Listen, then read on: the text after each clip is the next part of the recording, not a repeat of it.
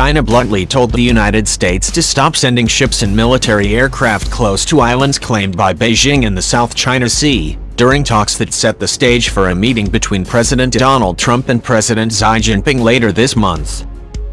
The U.S. pushed back Friday, insisting it will continue to fly, sail and operate wherever international law allows. In late September, U.S. and Chinese vessels nearly collided near a disputed reef. Despite the frank airing of differences at the meeting in Washington of the two nations' top diplomats and military chiefs, both sides stressed the need to tamp down tensions, which have flared amid a bitter trade dispute that Trump and Xi are expected to tackle at the Group of 20 summit in Argentina.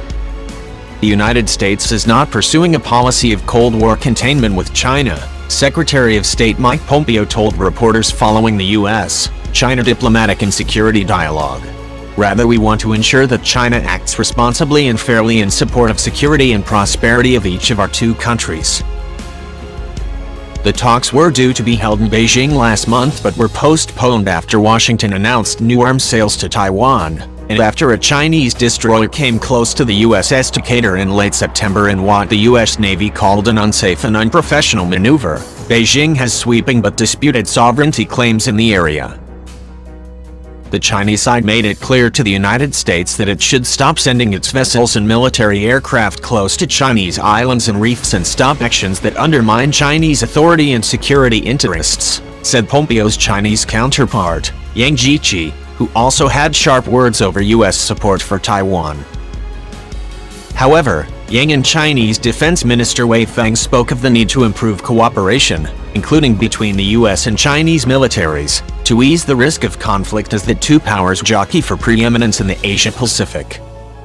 Cooperation is the only option for us, Wei said. Confrontation and conflict between the two militaries will spell disaster for us all. Defense Secretary Jim Mattis asserted U.S. rights to freedom of navigation but also said the two sides should work together on areas of common interest.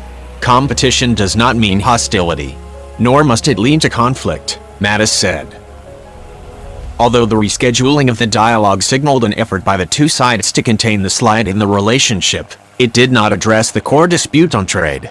Trump has slapped tariffs on $250 billion in Chinese products, in a push to narrow the U.S. trade deficit and push back against what the U.S. views as predatory Chinese tactics on the high-technology industry.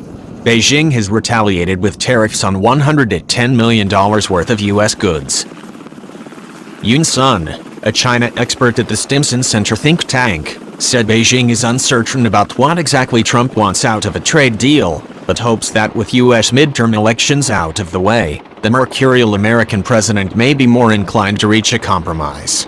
Their top priority is to stabilize relations, she said. On human rights, Pompeo voiced concern over China's treatment of religious minorities, including the mass detention of minority Uyghur Muslims. But overall, the tone of the U.S. official's public comments was milder than that of the Chinese.